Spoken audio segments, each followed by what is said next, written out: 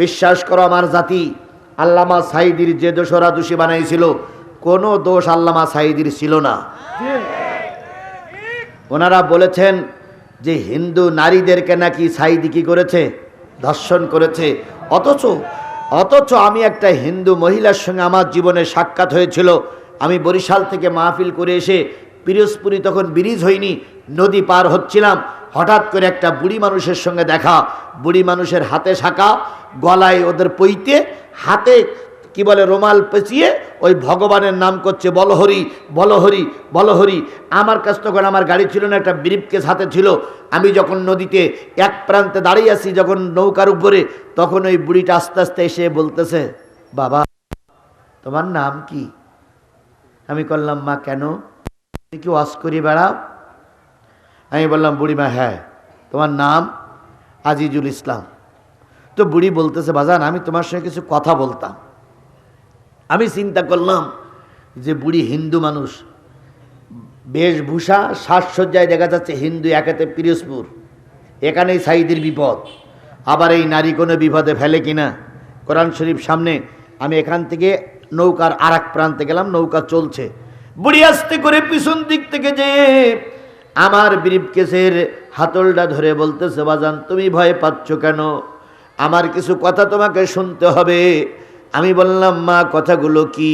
বুড়ি তখন চোখের পানি ফেলায় কাঁদতেছে আর বলতেছে, বাজান তুমি কি আল্লামা সাঈদীর খবর বলতে পারো?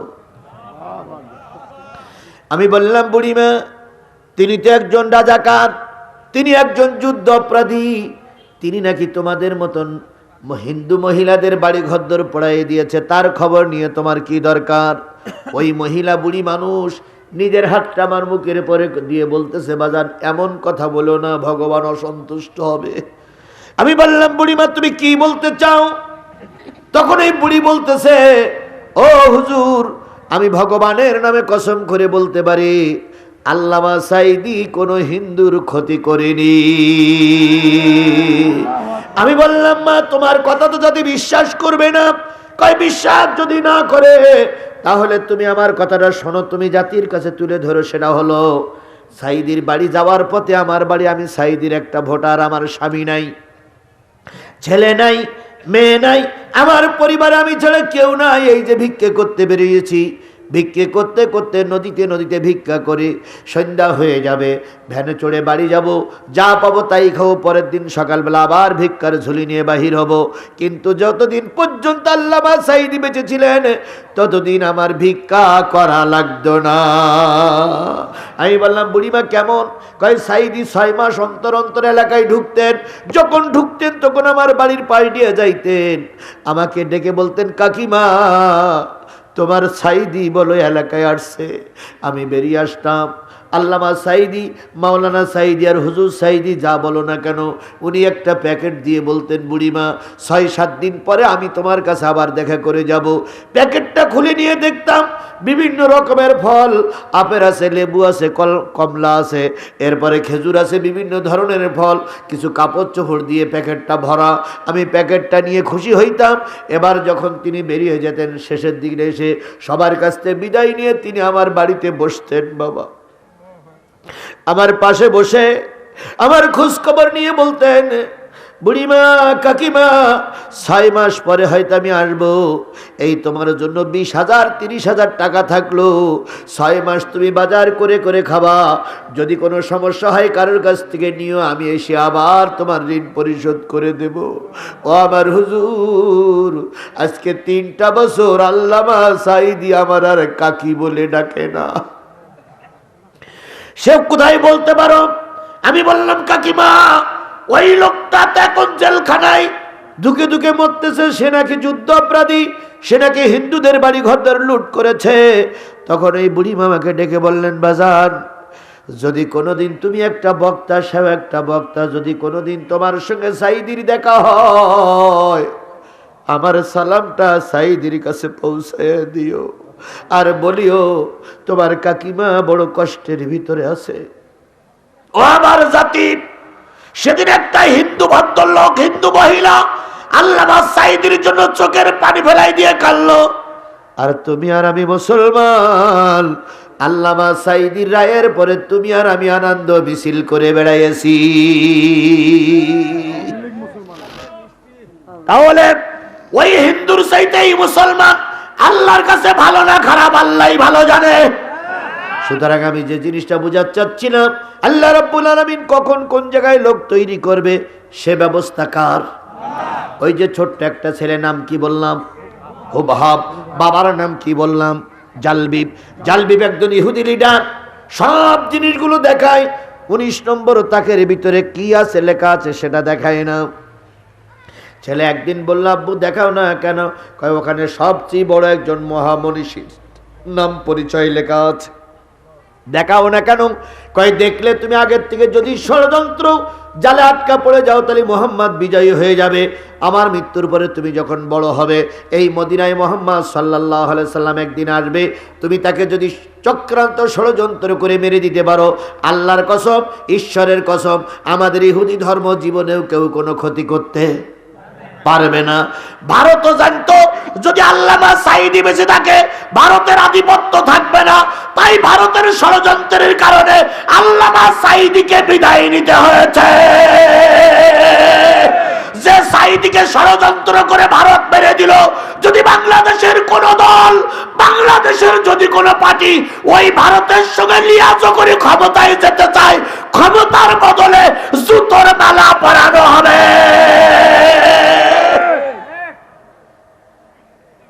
সাঈদীর সঙ্গে সাঈদীর রক্তের সঙ্গে গাদ্দারি করে কাউকে বাংলাদেশে রাজনীতি করতে দেওয়া হবে না। কথা বলেন, কথা বলেন, কথা বলেন। সাঈদী রক্তের সঙ্গে গাদ্দারি করে কাউকে ক্ষমতার মসনদ নিতে দেওয়া হবে না। আপনি যত বড়ই লিডার হন না কেন, সাঈদীর রক্তের সঙ্গে গাদ্দারি করে আপনাকে ক্ষমতায় বসাবো না আমরা। যদি মনে করেন ফুলের মালা পরবেন, ফুলের মালার বদলে আপনি জুতোর মালার অপেক্ষায় থাকেন। চাপাই নবাবগঞ্জের নারী নেত্রীরে বলি, ইসলামের সঙ্গে গাদ্দারি করে, সাঈদীর রক্তের সঙ্গে গাদ্দারি করে, ধর্মের সঙ্গে গাদ্দারি করে, ধর্মওয়ালাদের সঙ্গে গাদ্দারি করে বাংলাদেশে কেউ ক্ষমতায় টিকে থাকতে পারবে না। সুতরাং হয় তওবা করে ফিরে আসো, নতুবা শেখ হাসিনা যে পথে চলে গেছো তোমরাও সেই পথে চলে যাও। তোমাদের মতো বিপদের জন্য ভারতে চলে গেলে আমাদের কোনো সমস্যা হবে না। কথাবার্তা আমি ভেউজুকে বলার জন্য সবাইকে অনুরোধ করছি, দয়া করে বেভাস কথা বলবেন না, বেভাস কথা বলে জাতির কষ্ট দেবেন না। আমি আমার জীবনের চাইতে আল্লামা সাঈদীরে বেশি ভালোবাসি। আপনি আপনি আপনি কারণ সাঈদীর ভালোবাসা মানেই নবীকে ভালোবাসা। কারণ উত্তরসূরি, যদি নবীর উত্তরসূরি কাউকে আমরা মেনে নিতে পারি তিনি হলেন আল্লামা সাঈদী। আল্লাহ রসুল যেগুলো আগাম কথা বলেছিলেন, ভবিষ্যৎবাণী করেছিলেন, সেগুলো যেমন সত্য পরিণত হয়েছে, আল্লামা সাঈদী যে কটা ভবিষ্যৎবাণী করেছে সব কটা ভবিষ্যৎবাণী 100 কাজে লেগেছে। আল্লামা সাঈদী বলেছিলেন, অত্যাচার বন্ধ করো, নতুবা এমন একটা সবাই আসবে ইঁদুরের গর্ত খুঁজি পাবা না। কাজে লেগেছে না লাগেনি? আল্লামা সাঈদী বলেছিলেন, উত্তর গগনে কালো মেঘ জেগেছে, ঝড়ের পূর্বাভাস লক্ষ্য করছি, যদি শক্ত হাতে মোকাবেলা করতে না পারে এমন অমাবস্যার রাত আসবে যার শোভে সাদেক, সেটাকে সত্য পরিণত হয়েছে না হয়নি? আল্লামা সাঈদী বলেছেন, মৌলবাদ মৌলবাদ বলে গালিগালাজ করো না, আমরা 12 কোটি মৌলবাদ আছি গাছের গোড়ায়, আর তোমরা কিছু আগাবাদী আছো গাছের আগায়, বেশি লাফালাফি করবা না, গাছের গোড়া ধরে নাড়া দেবো, মামুর বাড়ি দিল্লিকে বলবা কি আমাদের আগে আসতে পারবা না। কাজে লেগেছে না লাগেনি? আমি চিন্তা করছি আমেরিকায় গেল না, রাশিয়ায় গেল না, মায়ানমারেও গেল না, গেল সেই ইন্ডিয়ায়, সেই দিল্লি গেল। সুতরাং আল্লামা সাঈদীর পরে নায়েবে নবীরা যদি নবীর উত্তরসূরি হয়, তার ভিতরে 1 নম্বর উত্তরসূরি ছিল আল্লামা সাঈদী। সরবনাজ হুজুর উত্তরসূরি, তারপরে আজহারি উত্তরসূরি, মামুনুল হক উত্তরসূরি, আমির হামজা উত্তরসূরি, আব্দুল্লাহ আলামিন উত্তরসূরি, কিন্তু সিরিয়ালের দিক থেকে আল্লামা সাঈদী সবার উপরে। কথা বলেন, কথা বলেন, কথা বলেন। তার সঙ্গে কারোর তুলনা হবে না। সহ্য করতে পারলে না তুমি আমার এই জোরে পিটাও।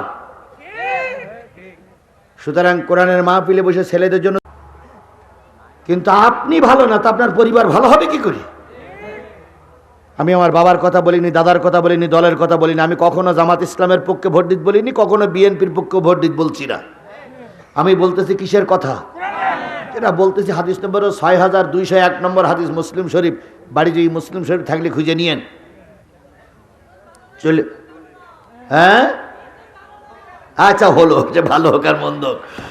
এখন আপনার যদি কপাল ভালো হয় কোরআনের মাহফিল আপনি বলবেন, কপাল খারাপ হলে কোরআনের মাহফিল আপনি বসবেন না। এখন কিছু কিছু লোক বলতে পারে ও আগের হুজুর আর এখনকার হুজুর এক নাই। আরে বাবা, নবীর চাইতে ভালো বক্তা পৃথিবীতে কেউ ছিল না। নবীর ওয়াজ আবু জেহেল গ্রহণ করেনি, সেই আবু জেহেলের রক্ত যাদের শরীরে আছে তারাই ওয়াজ গ্রহণ করবে না। সুতরাং দয়া করে জাতিকে বলছে, আমি তো 12টা পর্যন্ত সময় দিছি, আপনি উঠবেন কেন? আপনি উঠলে আপনারই ক্ষতি হবে, আমার কোনো ক্ষতি হচ্ছে না। আমার লাইন ঠিকই আছে, এই 5000 লোকের ভিতরে 5 জন চলে গেলে আমার কোনো ক্ষতি হবে না, কিন্তু ক্ষতিটা আপনি করে গেলেন। এখন বাড়ি যাওয়ার পরে যখন আপনার ছেলেমেয়েরা দেখবে যে বাপ মাঝখানে বাড়ি আইছে, তখন ওই ছেলেমেয়েরা ভাবলে আমার বাপ হলে ইসলাম বিদ্বেষী, আমি ইসলামের পক্ষেই কাজ করি, লাভটা কি? এবার আপনি যখন কবরের পাড়ে যাবেন তখন মৃত্যুবাসীরা কবর থেকে বলবে, কিরে তুই বাড়ি যাচ্ছিস, এখনো তো মোনাজাত হয়নি, তুই তো বিড়ি টানতে টানতে বাড়ি যাচ্ছিস, এখন তো হুজুর মোনাজাত করিনি।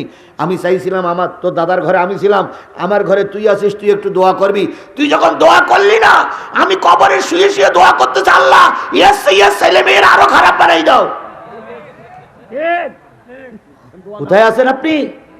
আপনি মুসলমান, দোয়া করা আপনার জন্য ফরজ, ওয়াজিব। কথা বলেন ঠিক না বেঠিক? আপনার বাপ মার জন্য আপনি দোয়া করবেন না? আপনি কি সন্তান? আর একটা জিনিস মনে রাখেন, অন্য বক্তাদের দোয়া কবুল হবে কিনা জানি না, আমারও দোয়া কবুল হবে কিনা আমি জানি না, তবে আমি আশাবাদী আল্লাহ আমার দোয়া ফিরাই দেবে না। যদি বলেন কেন, আমি একজন মুসাফির। বাংলাদেশের যতগুলো বক্তা মার খেয়েছে ওই 15 বছরে, তার ভিতরে সিরিয়াল আসতে গেলে আমি সবার উপরে। আমার নামে 20টা মামলা, 5 দিন আয়না ঘরে ছিলাম, বাড়ি গদ্দুরগুলো ভেঙে চুরমার করে দিল, আমার ছোট্ট মেয়েটারে মেরে আহত করলো, আমার মাকে, আমার মার এখনো বেশি আছে, আমার মা খুব বেশি হলে 20 কেজি ওজন। সেই মা যখন ওই পুলিশের পা জড়াই ধরেছিল, মাকে গলা ধরে উঁচু করে দূরে ফেলাই দিল, আমার মায়ের কপালটা কেটে রক্ত বাহির হলো। সেই নির্যাতিত পরিবারের মানুষ আমি, আমার মা এখন আমার জন্য দোয়া করে, আমার স্ত্রী তাহাজ্জুদের নামাজ পড়ে দোয়া করে, বাচ্চাগুলো কেঁদে কেঁদে দোয়া করে। সুতরাং আমি আপনাদের জন্য দোয়া করলে হয়তো আল্লাহ দোয়া ফিরাই দেবে না। এইরকম একটা সুন্দর জান্নাতি পরিবেশ থেকে আপনি চলে যাচ্ছেন, আপনি হতভাগা, আপনি নিশ্চয়ই আল্লাহর নাফরমান বান্দা। আমি তো সারা রাত ওয়াজ করবো তাও বলিনি, বলেছি? আমি তো একটা সময় বেঁধে দিয়েছি, এই সময়ের ভিতরে ইনশাল্লাহ আমরা শেষ মোনাজাত পর্যন্ত থাকবো ইনশাআল্লাহ। আপনারা যতই ঝামেলা করবেন তত রায় আরো বাড়বে। আমার ভাইয়েরা, আল্লাহ নবী সাল্লাল্লাহু আলাইহি সাল্লাম মদিনায় এখনো দাওয়াতি কাজ করিনি, তাবলীগ করিনি।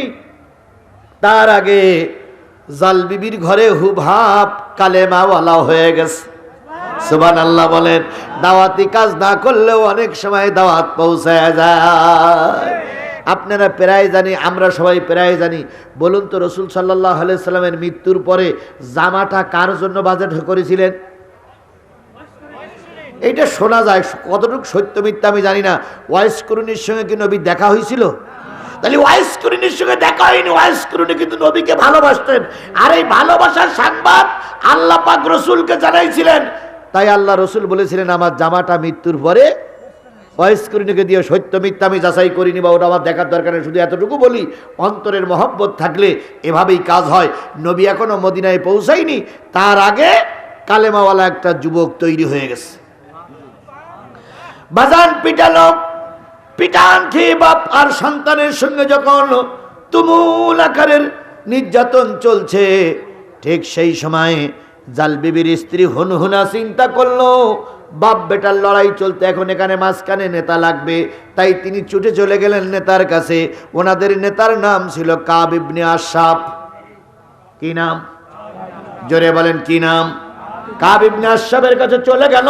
কাব ইবনে আশরাফের যে বলতেছে, নেতা, ও নেতা, ও নেতা, সর্বনাশ। কয় কি?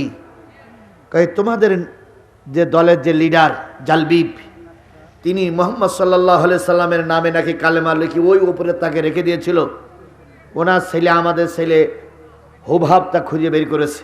এখন বের করে এখন বাপ বেটায় লড়াই চলতেছে, তুমি তাড়াতাড়ি আসো।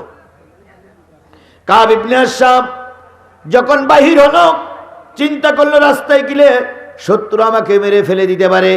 তাই কাব ইবনে আশরাফ 2 জন বডিগার্ডকে নিলেন। একজন হচ্ছে আবু লুবাবা, আর একজন হলো হুয়া ইবনে আখতার। কয়জন বডিগার্ড? একজন আবু লুবাবা, আর একজন হলো হুয়া ইবনে আখতার। তাহলে ওনারা আসতেছেন কয়জন? তিনজন। মার বাপ কয়জন? পাঁচজন। 5 দলীয় জোট। কয় দলীয় জোট? তার ভিতরে 4 জন পুরুষ মানুষ আর একজন লেডিস। লেডিসের নাম হলো হুনহুনা, নেতার নাম হলো জালবিব, আর বড় নেতার নাম হলো কাব ইবনে আশরাফ। আর জালবিবের সঙ্গে জালবিব আর কি বলে জালবিব হুভাব, কাব ইবনে আশরাফ আর আবু লুবাবা হুয়া ইবনে আখতার।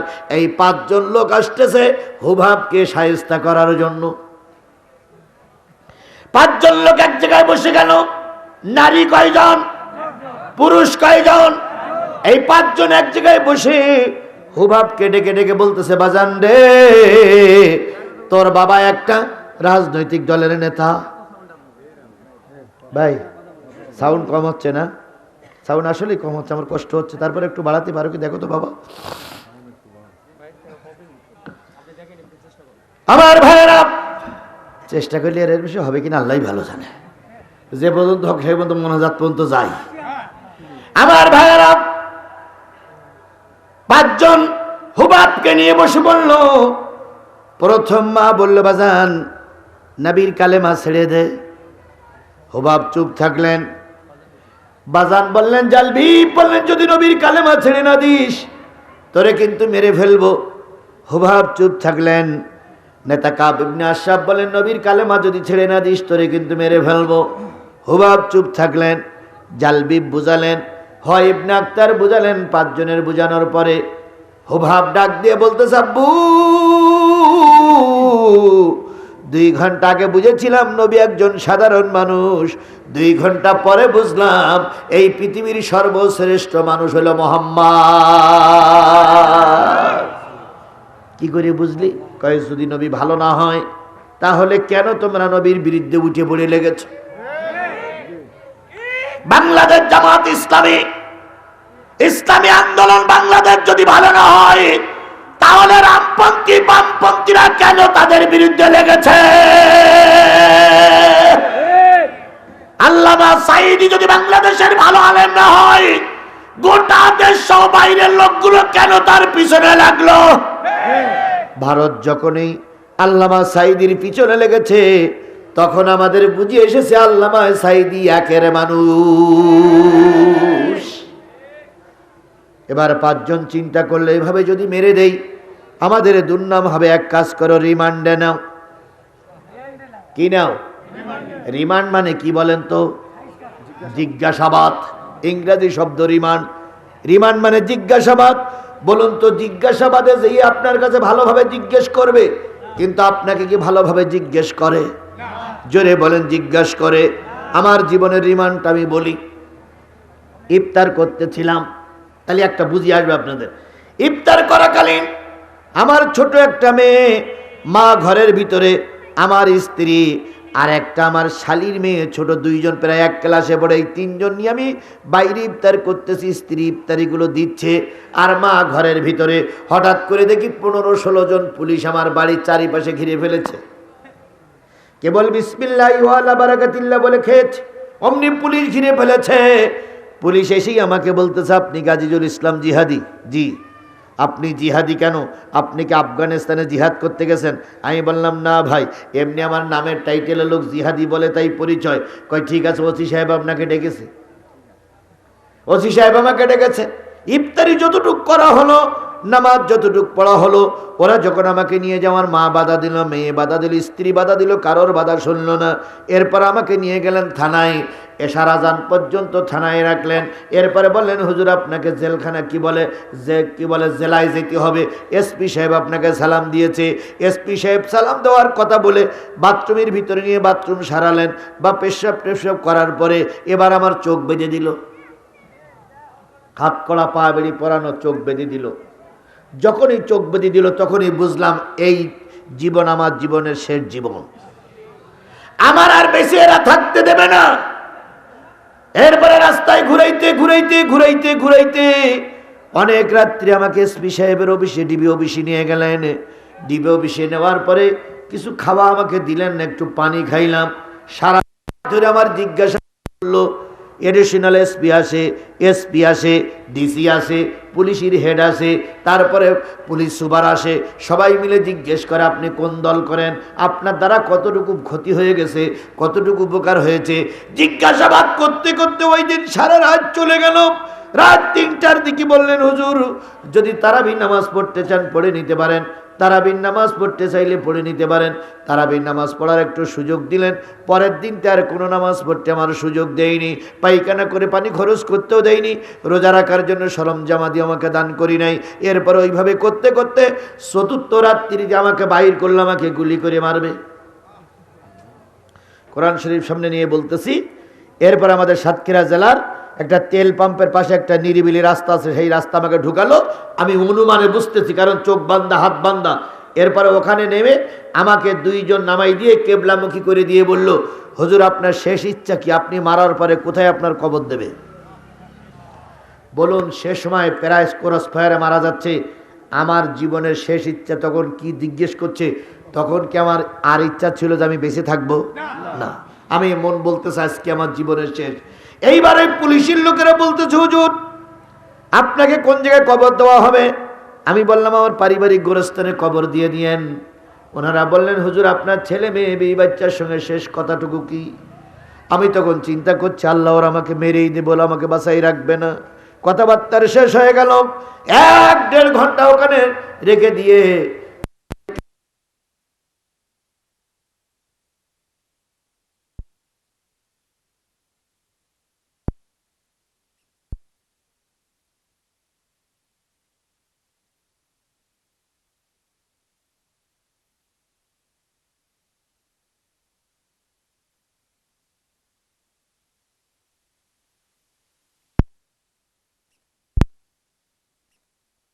বলতেছে, স্যার কল কি টানবো?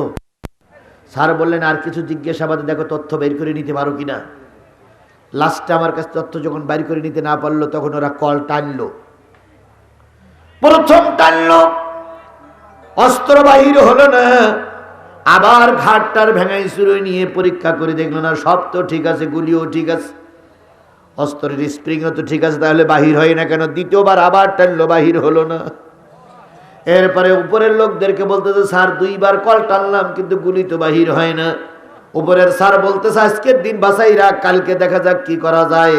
এবার 2 জন আমার দোকানে হাত ধরলো, 2 জন তখন পা ধরলো, হাত বাঁধা পা বাঁধা। এই অবস্থায় সেটি আমার গাড়ির ভিতরে ফেলাই দিল। গাড়ির ভিতরে পড়ে থাকলাম। যে পুলিশগুলো বসেছিল গাড়ির সিটে, ওরা আমার বুকের পরে পা দিয়ে বলতেছে, হুজুর সত্য কথা এখনো বলেন নাই, আপনার কিন্তু অবস্থা খারাপ হয়ে যাবে। আমি তখন কেঁদে কেঁদে বলেছিলাম, ভাই আমার জীবনে মেনেন না, আমার যা সত্য কথা বলার দরকার আমি বলেই দিয়েছি। তাহলে রিমান্ড মানে হলো অত্যাচার, কথা বলেন ঠিক না ঠিক? রিমান্ড মানে হলো নির্যাতন। রিমান্ডে নিয়ে অত্যাচার করতে করতে কত মানুষের যে মৃত্যু হয়ে গেছে তার কোনো ঠিক নাই। হোভাবকে রিমান্ডে নিল ওই কয়জন? 5 জনের রিমান্ডে নিল। রিমান্ডের অবস্থা শেষ পর্যন্ত বলল, বিরাট একটা গর্ত ঘোড়ো, গর্তের ভিতরে হোভাবকে নামায়ে দাও, সকালে একটা রুটি দিবা, 1 পট পানি দিবা, আর সারাদিন কিছু দিবা না, পরের দিন সকালবেলা আর একটা রুটি দিবা আর 1 পট পানি দিবা। এভাবে করতে করতে করতে করতে 1 মাস যখন পার হয়ে গেল, 1 মাস পরে হুবাবকে বের করেও না হলো। যখন হুবাব বেরিয়ে আসলেন, তখন হুবাবের গায়ে কোনো গোশত নাই। রাজপুত্র ছেলেটা কঙ্কাল হয়ে গেছে, চলতে পারে না, উঠতে পারে না, বসতে পারে না, একবার কঙ্কাল। ওই সময় মা এসে বলতেছে, হুবাব রে, নবীর কালেমা ছেড়ে দে, নতুবা তোরে এরা বাসাই রাখবে না। হুবাব বললেন, মা 1 মাস আগে বুঝেছিলাম নবীর ধর্ম, নবীর দিন।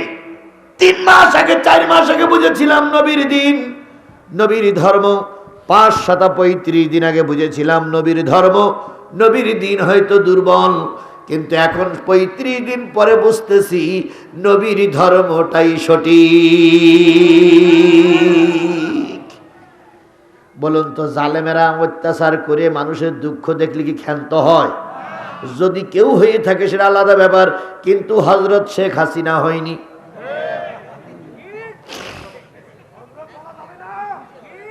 হযরত তো ওরাই বলেছিল, জয়পুরহাটের এমপি হযরত বলেনি, ওরাই বলেছিল যে আমাদের শেখ হাসিনার প্রথমে হযরত শব্দটা লিখতে হবে। আমি সেইটাই বলি, ওরা হযরত হওয়ার কোনো যোগ্যতা রাখে না, কিন্তু ওরা পাম্পট্টি দিতে দিতে এই পর্যন্ত নিয়ে গেছিল, সেইটাই বললাম। আমার ভাইয়েরা, এদের মনে কোনো দয়া মায়া ছিল না।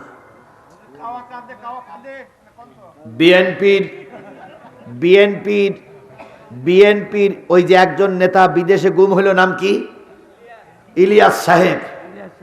ইলিয়াস যখন গুম হলো, ইলিয়াসের স্ত্রীরা যে বলল, ম্যাডাম আপনি আমাদের মা, দয়া করে আমাদের ইলিয়াসকে ফিরিয়ে দেন। উনি সেদিনকে নাটক করে বিভিন্ন পুলিশের অফিসারের কাছে ফোন দেওয়ার নাম করে বলেছিল, এই ইলিয়াস কোথায় আছে খুঁজে বের করতে হবে। অথচ এর ষড়যন্ত্রের কারণে ইলিয়াস গুম। কথা বলেন, কথা বলেন, কথা বলেন। এদের কাছে আমরা যখন কানেক্ট করি তখন ওদের হাসি লাগে। আমাদের দেশে আপনাদের এলাকায় যারা আপনার নামে মামলা দিয়েছে, এদের কাছে যখনই আপনি নরম হয়েছেন তখন ওদের অফিসে যেই বলতো, অমুক লোক বিরাট বিরাট কথা বলতে, আজকে আমার সামনে আসলো, দেখলাম মন টন খারাপ, রাজনীতি করো, রাজনীতি করো, রাজনীতি করো। ওরা আমাদের দুঃখ দেখলে কষ্ট, ওরা আনন্দ করতে। কথা বলেন, কথা বলেন। আমরা সেই দুঃখ দেখতে চাইনি বলে এখনো আপনারা বাজার করে ঘুরে বেড়াচ্ছেন। নতুবা আপনাদের মতন যদি নিষ্ঠুর হতাম, একটাও দুধ চেঁচিয়ে থাকতে পারতেন না। আপনাদের মতো যদি নিষ্ঠুর হতাম, তাহলে আলো হালির যে কটা আছে সব কটা তো আমরা চিনি না। কারা আমাদের মামলা দিয়েছিল, কারা আমাদের বিপক্ষে ছিল জানি না, আমরা জানি না। আমরা যদি প্রতিশোধ নেই, একটাও বাজারে বেরোতে পারবা না, একটা বউ ছেলে মিলিয়ে নিয়ে ঘর সংসার করতে পারবা না। কিন্তু তোমাদের মতন নাম হাই না আমরা, এই জন্য খানিকটা মাফ করে দিয়েছি। মানে এই নয় যে সব ভুলে গেছি, সব আমাদের অন্তরে গাথা আছে, গাথা আছে, গাথা আছে। ওরা বলতেছে আগামী 16ই ফেব্রুয়ারি নাকি বাংলাদেশে হরতাল ডাকবে। ওরা বলতেছে আগামী 16ই ফেব্রুয়ারি বাংলাদেশে সর্বত্র হরতাল ডাকবে।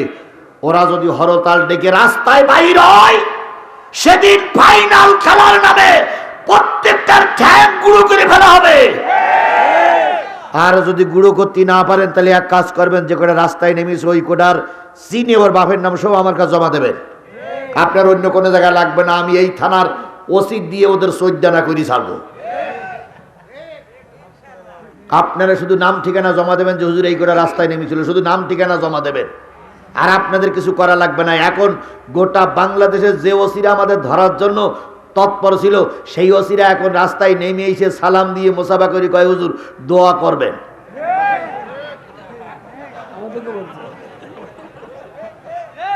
ওসি সাহেব, এসপি সাহেব, ডিসি সাহেব এখন হুজুরদের কাছে সালাম দিয়ে দোয়া চায়। কথা বলেন, কথা বলেন, কথা বলেন। কিছুদিন আগে আমি মাহফিল করে আসতেছিলাম জয়পুরহাটের কালাই থেকে আপনাদের এই ভিতর দিয়ে যাচ্ছিলাম, ওই যে খেতলাল থেকে ভিতর দিয়ে যাচ্ছিলাম। হঠাৎ করে শিবগঞ্জের থানার পুলিশ হলো, দাঁড়িয়ে আছে ঘোড়াধাপের আগে ওখানে দাঁড়িয়ে আছে। আমার গাড়ি ব্যারিকেড দিল, দেওয়ার পরে নাম শোনার পরে বলছে, ও আপনি সেই জিহাদি, হুজুর আসেন একটু কোলাকুলি করি। তা আমি চিন্তা করলাম কোলাকুলি করতে গেলে যাদের উল্টো ধরিয়ে নিয়ে যায়, তাহলে তো আর এক জ্বালা। তখন আমি বললাম যে ভাই ঠান্ডায় না বেরিয়ে মোসাফাটা করি। কয় হুজুর ঠিক আছে, মোসাফা করে ওখান থেকে ঘাড় বের করতেছে, যে ওখান থেকে কোলাকুলি হবে। তাহলে আগে পুলিশ আমাদের ধরার জন্য রাস্তায় ব্যারিকেড দিত, আর সেই পুলিশ এখন আমাদের সালাম দিয়ে দোয়া নেয়। সুতরাং এখন পুলিশ আর কারণ ওই পক্ষে দালাল নয়। এই জন্য যদি আপনারা রাস্তায় কোনো শয়তানকে দেখেন, নাম ঠিকানা নিয়ে জামাত বিএনপির নেতার কাছে জমা দেবেন, ওদের ব্যবস্থা নেতারাই করবে। তবু আমরা আর ওদেরকে এই দেশে রাজনীতি করতে দেব না, কারণ ওরা খুনি, ওরা সন্ত্রাসী, ওরা জঙ্গি, ওরা মানবতা বিরোধী, ওরা দেশের সমস্ত সম্পদ খেয়ে এখন ওরা ট্যাবলেট নাসের মতন মোটা হয়ে গেছে। শেখ হাসিনার ছোট বোন নাম কি? শেখ রেহানা যে কত কোটি টাকা খাইয়েছে তা ওরা হিসেব দিতে পারল না। তবে সাংবাদিকরা বলতেছে শেখ রেহানা যে টাকা খাইছে ওই টাকাগুলো যদি ফেরত আনা যায় বাংলাদেশের 95টা পদ্মা সেতু করা যাবে।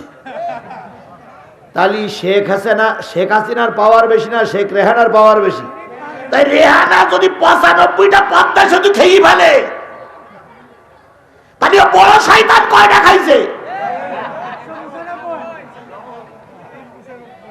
রাজনীতি করবা আগে, দেশের আগে জিনিসগুলো বের করে দাও, তারপরে রাজনীতি করো।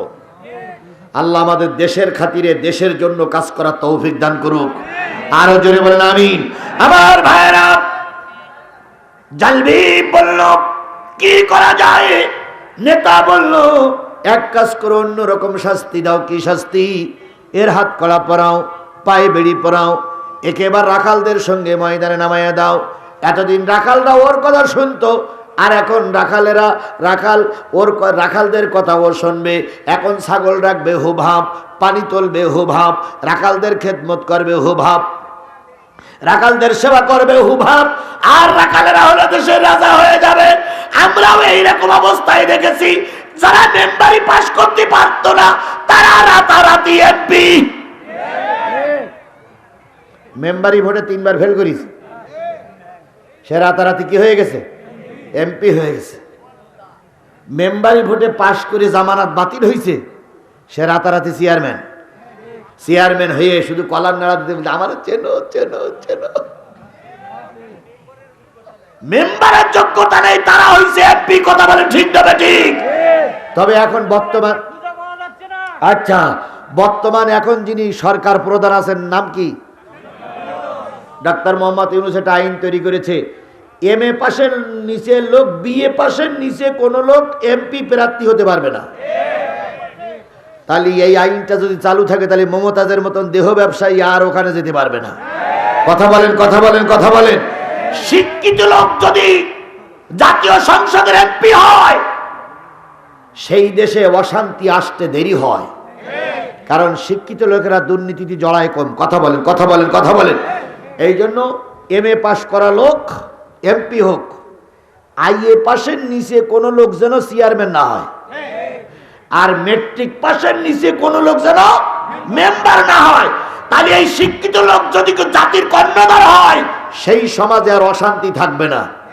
ইনশাল্লাহ বলেন, ইনশাল্লাহ বলেন। এই জন্য আগামীতে তারা মেট্রিক পাশের নিচে লেখাপড়া জানেন তারা মেম্বার হওয়ার চিন্তা ভাবনা বাদ দেন। যারা IA পাশের নিচে লেখাপড়া জানেন না তারা চেয়ারম্যান হওয়ার নিয়ত বাদ দেন। BA পাস না করলে তাকে এমপি পদে দাঁড় করাতে দেওয়া হবে না। এই নিয়মগুলো আমাদের দেশে চালু হোক, এটা আপনারা কি সবাই চান? আল্লাহ আপনাকে আমাকে কবুল করুক, সকলে মিলে বলুন আমিন। আমার ভাইয়েরা, তাহলে বাতিলপন্থীরা নেতারা কয়জন? আর একলাই হুভাব। এবার হুভাবকে পায়ে দড়ি বেঁধে, গলায় দড়ি বেঁধে, কোমরে দড়ি বেঁধে রাখালদের সঙ্গে পাঠিয়ে দিল। আজকের থেকে রাখালি করবে হুভাব, আর রাখালেরা মাতব্বার হয়ে নেতা হয়ে বসে থাকবে। কি বলে, কুয়ার থেকে পানি তোলে হুভাব, ছাগলদেরকে রাখালি করে হুভাব, রাখালদের খেতে দেয় হুভাব। যিনি ছিলেন একজন রাজার পুত্র, তিনি হয়ে গেছেন এখন রাখাল, আর রাখালেরা হয়ে গেছে দেশের মালিক। বিগত 15 বছর এই কায়দাই চলেছে। কথা বলেন। যাদের কোনো পাওয়ার ছিল না, নামগন্ধ ছিল না, তারাই সমাজের নেতা হয়ে গেছে। আর এই সমাজের যতগুলো বেফাস নেতা ছিল, তার ভিতরে একটা ছিল কাউয়া কাদের। কি কাদের? এ ছিল 1 নম্বর বেফাস নেতা। আচ্ছা, ওর সঙ্গে আমরা কোনোদিন খেলা করতে চাইছি? ও প্রায় বলতো খেলা হবে, খেলা হবে। তো আমরা তো খেলা হবে কথা তো আমরা বলতাম না, উনি বলতেন। এখন আমরা খেলা করতে নেমে দেখি আমরা সবাই আছি, ওনারা নাই। তো এখন ওনারা খেলা করতে নামো, পালাই গেলে কেন? কি কায়দায় বলতেন? আমরা পালাই না, আমরা পালানো জাত নই। শেখ হাসিনা পালাই না।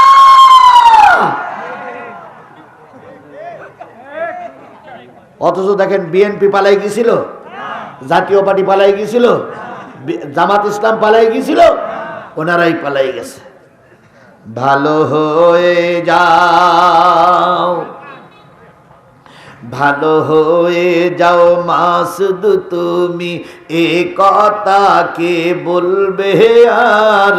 পালিয়ে গেছে কৌয়া কাদের, কেউ জানে না খবর তার। ভালো হয়ে যাও। ফখরুল সাহেব আপনার